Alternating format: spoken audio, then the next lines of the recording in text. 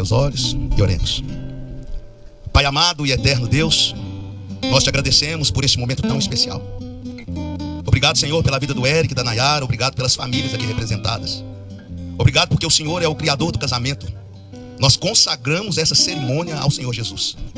Que a tua presença encha esse ambiente, que a tua palavra encontre lugar em nossos corações, e que este casal seja guardado, protegido e conduzido pelo Senhor por todos os dias da sua vida, em nome de Jesus. E todos dizem amém. Pode se assentar. Eu quero começar falando sobre o significado do amor, mas antes eu não posso deixar de mencionar a alegria, a honra de poder ter sido escolhido para poder celebrar, ser o celebrante dessa noite. Para quem não me conhece, eu sou Joel Vitor, pastor, amigo da família. E eu posso dizer amigo porque o homem, ao longo da sua vida, ele pode contar nos dedos quem realmente é seu amigo. E o Júlio, seu pai, Eric, ele é meu verdadeiro amigo. E eu me alegro de poder estar aqui, não apenas como pastor, mas como amigo da família, e sinto-me também neste lugar de paternidade.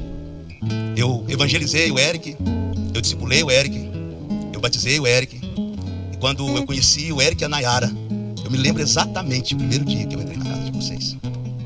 Como Deus invadiu aquele lugar quando nós oramos.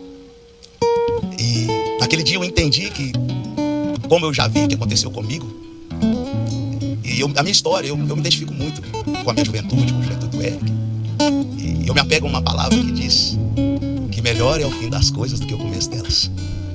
E naquele dia, vocês ainda recém-conhecidos, pouco tempo de relacionamento, e pode ser que mais ninguém acreditava quando vocês me chamaram para orarem. Mas Deus liberou uma palavra, que o céu já tinha um selo sobre a vida de vocês. E hoje nós estamos aqui celebrando. O amor bíblico, ele não é apenas uma emoção, não é apenas um sentimento passageiro. O amor bíblico é uma decisão, é uma escolha diária. Permanecer quando seria mais fácil desistir, é servir quando seria mais fácil deixar extinguir, é perdoar quando seria mais fácil guardar mágoas. Foi esse amor que Deus demonstrou para nós, e é esse amor que deve sustentar esse casamento. Na Bíblia nós temos pelo menos 3 palavras para amor, e a mais popular deveria ser o eros. E o eros é o quê? É o amor de um homem para uma mulher, e que é geralmente o que nos traz ao altar, que nos aproxima, a atração. O amor eros, ele é necessário. Se não houver, não tem. Seria o que a gente chama de química. O coração acelerado, o coração que bate forte, o sentimento.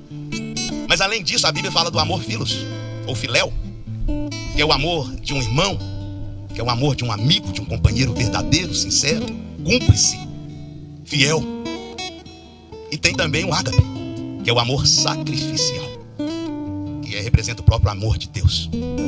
E se você me perguntar qual é o amor, então, que precisamos para que um casamento seja feliz e duradouro, nós precisamos dos 3. Alguns começam pelo eros, alguns começam pelo filéu, outros começam pelo ágape. Mas o importante é que os 3 se juntem nessa união e sejam o tripé de um casamento que perdura por toda a vida. O plano de Deus para o casamento, ele é desde a eternidade. Quando nos encontramos num ambiente como esse, onde temos testemunhas, padrinhos, pai da noiva, pai do noivo, e o primeiro casamento que houve foi o próprio Deus quem fez. E ali Deus era testemunha, Deus era o pai da noiva, Deus era o pai do noivo, Deus era o celebrante daquele casamento. E quando nós nos reunimos e nos encontramos nesses papéis, nós de alguma forma, todos nós aqui estamos representando Deus. Nós estamos aqui expressando o coração de Deus nesse lugar. Deus ama a família, Ele ama o casamento. Efésios capítulo 5, versículo 31 e 32 diz que deixará o homem o seu pai e a sua mãe e se unirá à sua mulher, e ambos serão uma só carne. O casamento não é só um contrato, o casamento é uma aliança. O casamento não é terreno, é uma representação entre Cristo e a igreja, desse relacionamento. O Eric e a Nayara estão apenas começando uma vida juntos. Eles não estão apenas isso, eles estão entrando dentro de um propósito de Deus, um propósito que é eterno. Como eu falei, o primeiro casamento é no Gênesis. A Bíblia, ela começa com um casamento. E é Deus que celebra os dois casamentos, tanto o primeiro como o último. A última frase do último casamento é: regozijemos e alegremos, porque vindas são as festas de casamento do Cordeiro. Isso revela o quanto o casamento é importante para Deus.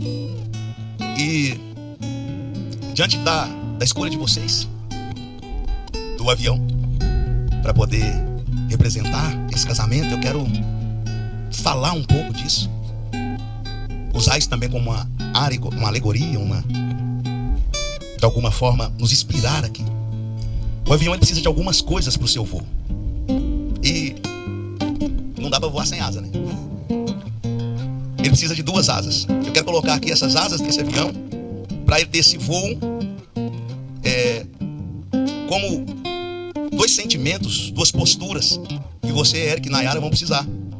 Nenhum avião voa apenas com uma asa. Da mesma forma, nenhum casamento prospera apenas quando só um faz esforço. Então essas duas asas do avião são vocês dois também. Então, quando se um não tiver alinhado, posicionado, de alguma forma vocês vão começar a voar em círculo. É preciso que os dois estejam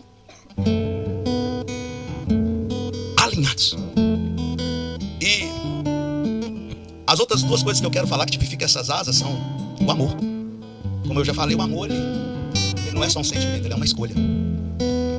Tem gente que merece o nosso amor, mas tem gente que precisa do nosso amor. Por isso eu não posso nunca usar como um motivo para terminar uma união o diminuimento, o que acabou o amor, porque a gente não entendeu que o amor faz. O amor nunca acaba.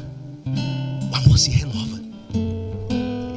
E por mais que se desgaste, há sempre um renovo. Quando eu venho num altar, coloco meu casamento diante de Deus. Deus é amor. O amor não é um sentimento, o amor é uma pessoa. E se essa pessoa está presente, ele vai ser fonte inesgotável desse amor. O amor protege, suporta, o amor serve, o amor escolhe e permanece. E a outra asa é a honra.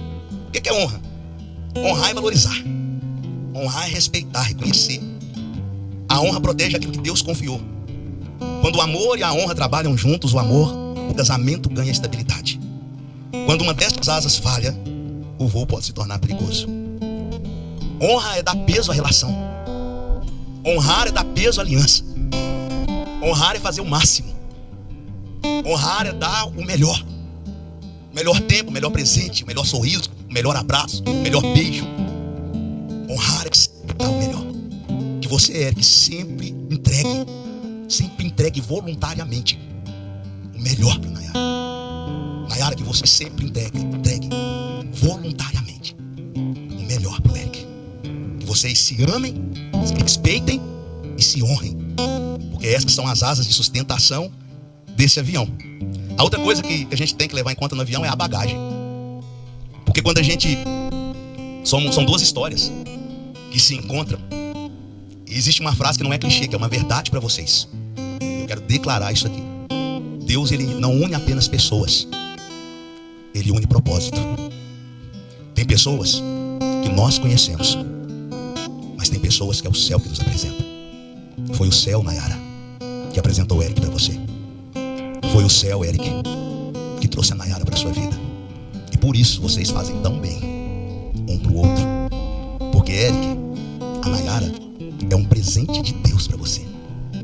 E Nayara, o Eric é um presente de Deus para você. Então na bagagem, para embarcar, existem algumas coisas que não podem faltar. O que não pode faltar? Fé. Paulo fala assim, 2 Timóteo 4,7: eu combati o bom combate, eu completei a carreira e eu guardei a fé. Sabe o que Paulo está falando? Que na minha caminhada eu perdi muita coisa. Paulo perdeu amigos, perdeu dinheiro, perdeu um monte de coisa. Só que ele não está computando o que ele perdeu, ele está computando o que ele guardou. Nunca percam a fé, que é a menor palavra com o maior significado. Quando Jesus encontrava com alguém, em muitas ocasiões ele disse: a sua fé. Então se você tiver fé, tudo pode ser salvo. A outra coisa que não pode faltar é o perdão. Perdão também não é um sentimento, é uma escolha. Se tem um lugar onde eu preciso perdoar, é no casamento. Eu preciso exercer o perdão de forma contínua. Eu preciso encontrar esse mecanismo. Que nunca falte a fé, que nunca falte o perdão um para o outro. Vocês não têm essa dificuldade de pedir perdão, de reconhecer em um momento que estou errado. E às vezes a gente tem várias formas de fazer isso, mas que não pode faltar o perdão. Perdoe sempre. O melhor caminho, entenda, guarde isso. O melhor caminho sempre será o perdão. Não tenha medo, não tenha vergonha de abrir mão da sua razão para estabelecer a paz. Não pode faltar a paciência. Eu vou dizer, colocar duas coisas aqui: paciência e longanimidade, que parece que é a mesma coisa, que ambos estão na Bíblia para que a gente tenha. Mas qual que é a diferença? Paciência é para situações difíceis, e longanimidade é para pessoas difíceis. E que vocês sempre tenham paciência e longanimidade. Diálogo tem que ter.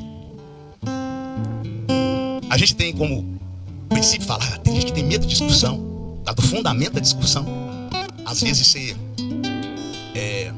as pessoas já têm como algo ruim. Mas a discussão, em seu princípio, não é um lugar de uma briga, de um desentendimento. Não, é um lugar de um alinhamento, de um entendimento. Conversas difíceis precisam acontecer. E o que eu preciso? É não fazer isso de parte de emoção nunca. A tristeza não é um bom conselheiro, a euforia não é um bom conselheiro, a alegria. Então, em qualquer pico de emoção, espera e depois conversa. Porque no pico de emoção eu posso falar o que eu não quero e ouvir o que eu não quero. E eu mando nas palavras até que elas saiam da minha boca. Então, diálogo e discussões de alinhamento e não de desentendimento. Companheirismo, eu já falei, tem que estar na bagagem. E tem uma coisa que é muito importante. Não é importante, é muito importante: oração. Fale sempre com Deus, todo dia. Existem algumas bagagens que vocês têm que deixar para trás. Não pode entrar, não vai passar no check-in. É excesso de peso. Orgulho, mágoas, ressentimentos, comparações. Não é justo. Nunca compare o seu cônjuge com ninguém. Nem com o pai, nem com a mãe, com nada. Nunca façam isso. O egoísmo tem que ficar para trás, porque na imaturidade eu falo é meu. Mas agora não existe meu mais. Agora é nosso. O eu precisa morrer para dar lugar ao nós. Então a criança fala é meu, mas o adulto fala é nosso. Então o egoísmo ele fica para trás. E as feridas, qualquer ferida que eu tenha tido, sofrido na minha história, ela não pode ser trazida para dentro do casamento. Ela tem que ficar, tem que ser tratada e ficar para trás. Quem insiste em carregar o passado compromete o futuro. Então deixa para trás. Joga essas bagagens todas fora, boas ou ruins, que não devem fazer parte desse novo tempo. Eu já estou caminhando por fim da nossa conversa aqui. Eu queria falar muita coisa sobre avião. Eu comecei até a gostar de avião, estudei avião esses dias. Estudei, mas não vou falar sobre tudo que eu estudei, não. Senão você não vai ter festa. Que bom, né? A cabine de comando. Eu acho que é só isso que eu vou. Não vou entrar em outras coisas. A cabine de comando, ela precisa ser ocupada. Todo avião precisa de um piloto. Todo voo precisa de direção. E todo casamento precisa de Jesus. O primeiro milagre de Jesus aconteceu aonde? No casamento. João capítulo 2, versículo 13. Não, 11. Capítulo 2, 11. Está escrito assim que assim principiou Jesus os seus sinais em Caná da Galileia. E a gente conhece a história do que aconteceu ali. Como Jesus ele transforma a água em vinho. E o que eu transicionando aquele cenário, que é uma festa de casamento, para o nosso cenário. Jesus ele está no casamento e ele é um convidado. Naquele casamento ali, ele não era nem um convidado de honra. Aqui é diferente.